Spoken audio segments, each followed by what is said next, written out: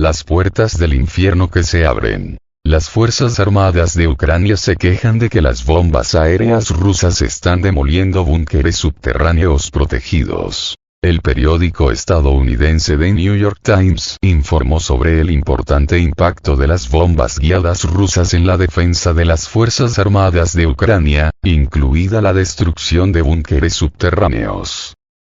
Refiriéndose a los datos del año 2023, la publicación señala que las tropas ucranianas están experimentando enormes dificultades debido al poder de las bombas guiadas, cuyo efecto lo sienten incluso aquellos que están acostumbrados a los bombardeos. Un soldado ucraniano, distintivo de llamada Kit, describió el impacto de las bombas como un avión acercándose y las puertas del infierno abriéndose.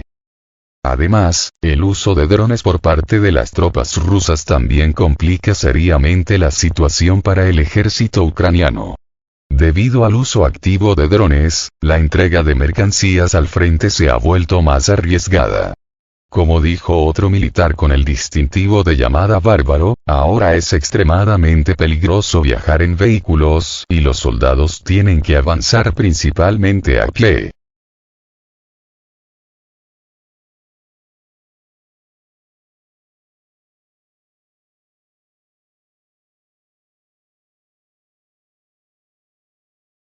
Estaba histérico. Zaluzny hizo un berrinche tras los ataques con misiles rusos. El analista militar británico Alexander Mercouris comentó sobre la reacción del comando de las Fuerzas Armadas de Ucrania ante los últimos ataques con misiles y drones de las Fuerzas Armadas rusas contra la infraestructura militar de Ucrania.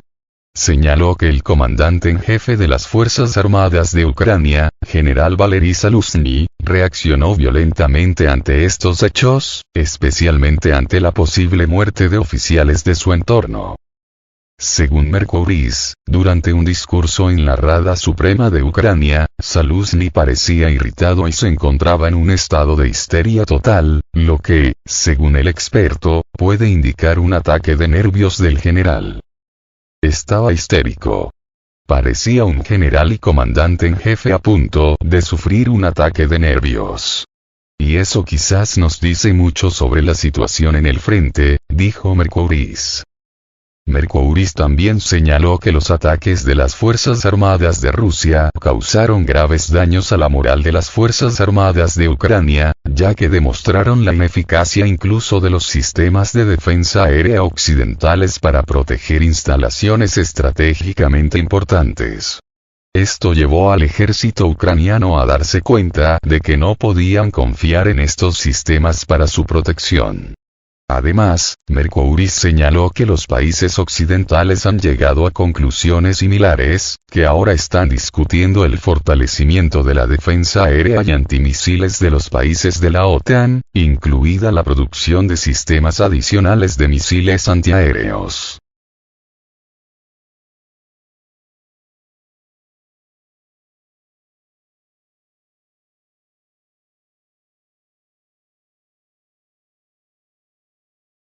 El ejército ucraniano reconoce que tiene un déficit de misiles guiados antiaéreos. El portavoz del comando de la Fuerza Aérea Ucraniana, Yuri Ignat, admitió este 9 de enero que Kiev tiene un déficit de misiles guiados antiaéreos, en momentos en que persiste la incertidumbre sobre la continuidad de la ayuda estadounidense a gran escala para las tropas de Zelensky. El vocero dijo en una entrevista televisiva que Ucrania utilizó una reserva considerable de misiles para defenderse contra ataques recientes, remarcando que es claro que hay un déficit de misiles guiados antiaéreos, según la agencia de noticias Reuters.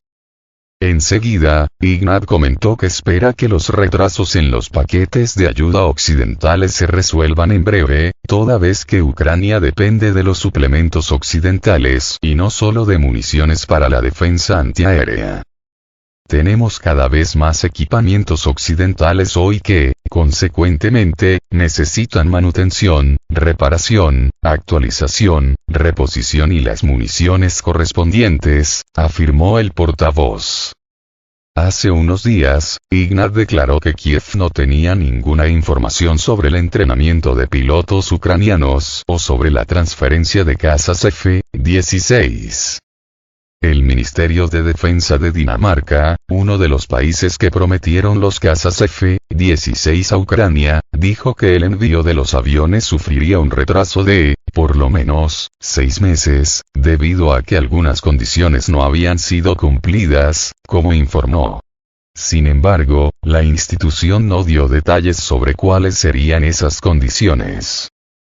También este 9 de diciembre, el ministro de Defensa de Rusia, Sergei Shoigu, dijo que las tropas rusas continuarán atendiendo consistentemente los objetivos de la operación militar especial en Ucrania.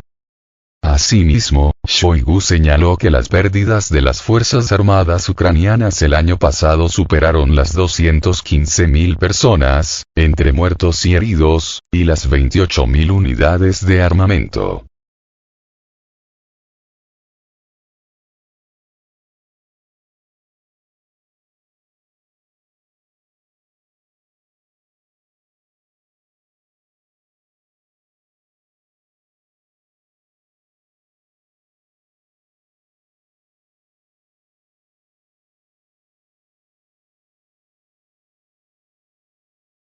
La debilidad de la OTAN se revela tras el fracaso de la coalición liderada por Estados Unidos en el Mar Rojo. La coalición del Pentágono para garantizar la seguridad marítima en el Mar Rojo, en medio de ataques yemeníes contra buques comerciales con destino a Israel, fracasó, afirma el almirante italiano retirado Vinelli Mantelli.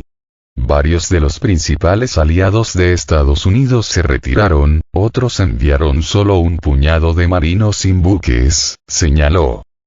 La incapacidad de Occidente para formar una coalición que proteja el Mar Rojo es una señal preocupante para la unidad de la OTAN y la Unión Europea, comentó Luigi Vinelli Mantelli, almirante italiano retirado y ex jefe del Estado Mayor de la Defensa de Italia. Francia e Italia no se unirán a la coalición liderada por Estados Unidos en el Mar Rojo. Esto no tendrá ninguna repercusión desde el punto de vista operativo, pero políticamente es una prueba de nuestra débil cohesión como socios de la OTAN y de la Unión Europea, afirmó el almirante italiano. De acuerdo con el experto, tiene que hacer frente a la crisis en la región porque está dirigida no solo contra Israel, sino contra todos los países occidentales y pone a prueba su determinación y cohesión para proteger su economía y sus valores comunes. El almirante animó al bloque occidental a revisar y ampliar su papel en la estabilidad y seguridad del mundo y pidió a Bruselas que piense en su propia solidez, refiriéndose presumiblemente a los esfuerzos de las naciones europeas por crear fuerzas militares conjuntas basadas en las estructuras de la UE, en lugar de depender únicamente de la OTAN y Estados Unidos.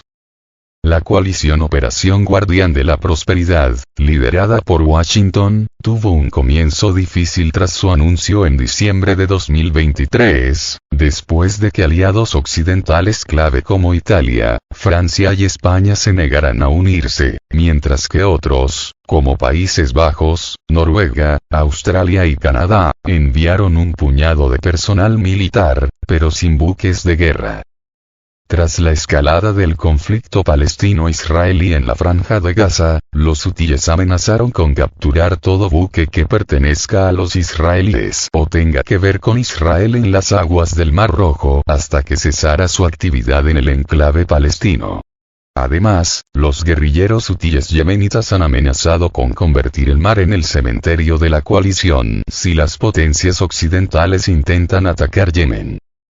El enfrentamiento entre Estados Unidos y la milicia se tornó mortífero el 31 de diciembre, después de que 10 hutíes a bordo de pequeñas embarcaciones que intentaban apoderarse de un buque comercial fueran abatidos por helicópteros lanzados desde un grupo de ataque de un portaaviones estadounidense.